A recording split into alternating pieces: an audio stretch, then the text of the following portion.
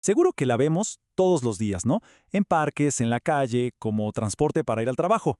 Pero, ¿y si les dijera que la bicicleta no es solo un objeto?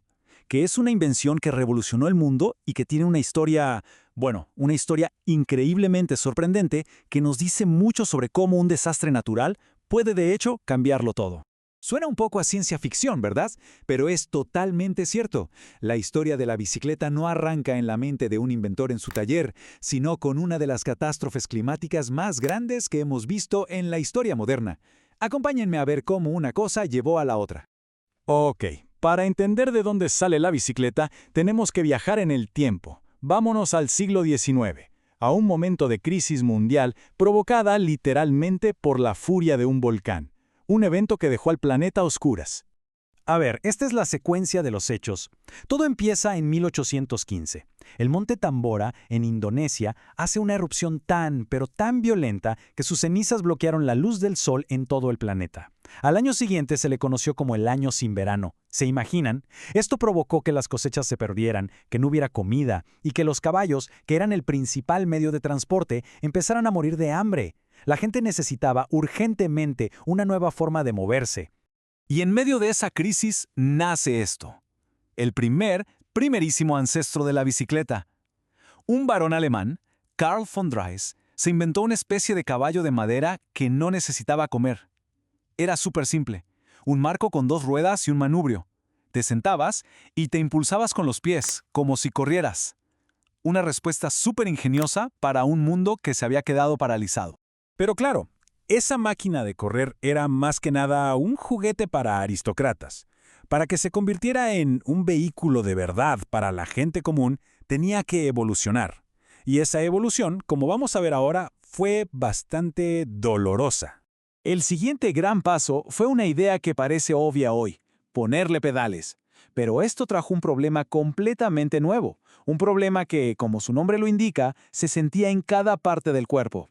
Le pusieron de apodo la sacudehuesos. Y bueno, creo que la imagen deja bastante claro por qué. El marco era de hierro y madera maciza, rígido a más no poder, y las ruedas eran de metal, cero suspensión. Nada. Cada piedra, cada bachecito en el camino se transmitía directo a tu cuerpo. Era de verdad una auténtica tortura andar en una de estas. La gente quería ir más rápido. Era lógico.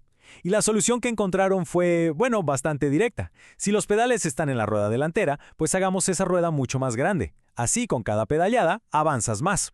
Esta lógica nos dio uno de los diseños más icónicos, pero también más peligrosos, de la historia. 2 metros. Imagínense. Esa era la distancia que te separaba del suelo. Un bache, una piedra mal puesta, y salías volando de cabeza. Por eso le decían el penny farthing. Claramente no era para cualquiera. Era un deporte extremo reservado para hombres, jóvenes y, digamos, muy audaces. Era obvio que por ahí no iba la cosa. Para que la bicicleta se convirtiera en un fenómeno mundial, necesitaba ser segura y, por favor, cómoda. Y aquí es donde la historia da un giro genial, gracias a dos inventos que lo cambiaron todo para siempre.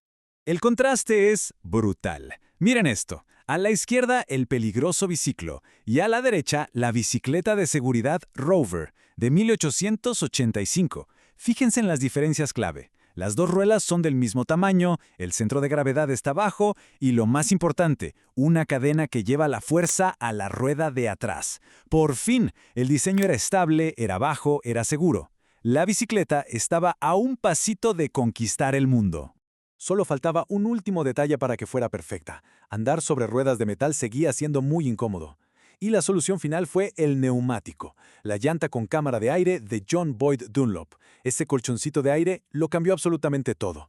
Por primera vez, andar en bicicleta no solo era seguro, sino que además era placentero. Y en el momento en que la bicicleta se volvió segura, cómoda y relativamente barata, dejó de ser solo un vehículo. Se convirtió en algo mucho más grande, una herramienta de cambio social, especialmente para un grupo que, hasta ese momento, tenía su movilidad muy, pero muy restringida: las mujeres. Esta frase tan potente es de la sufragista Susan B. Anthony, y creo que resume a la perfección el impacto que tuvo este invento. Es un ejemplo increíble de cómo la tecnología puede impulsar cambios sociales que nadie se esperaba. La revolución fue, de hecho, literal y hasta visible en la ropa. ¿Se imaginan intentar pedalear con esos vestidos victorianos enormes y esos corsés súper apretados? Era imposible. Así que la bicicleta obligó a que la moda femenina cambiara radicalmente. La ropa se hizo más ligera, más funcional, la libertad de movimiento le ganó a la restricción. Pero el cambio fue muchísimo más profundo. Por primera vez en la historia, las mujeres tenían un medio para moverse con libertad, sin depender de un hambre que las llevara. Los trabajadores podían aceptar empleos más lejos de sus casas. La bicicleta fue el primer vehículo verdaderamente democrático, una máquina de libertad personal para las masas. Y esa revolución, continúa hasta el día de hoy. La historia de la bicicleta no se detuvo en el siglo XIX, simplemente siguió adaptándose, demostrando una y otra vez que es uno de los inventos más resistentes y relevantes de la historia. Este cuadro resume un viaje increíble, ¿no? Pasó de ser un juguete de madera para la élite a una máquina peligrosa para atletas y finalmente a un vehículo para todo el mundo. Y hoy, con motores eléctricos y materiales súper avanzados, está viviendo una nueva edad de oro, como el transporte urbano perfecto. Es una buena pregunta para reflexionar. Nació por una catástrofe climática, y hoy es una de las mejores herramientas que tenemos para combatir otra. La bicicleta ha demostrado ser mucho más que solo dos ruedas y un cuadro.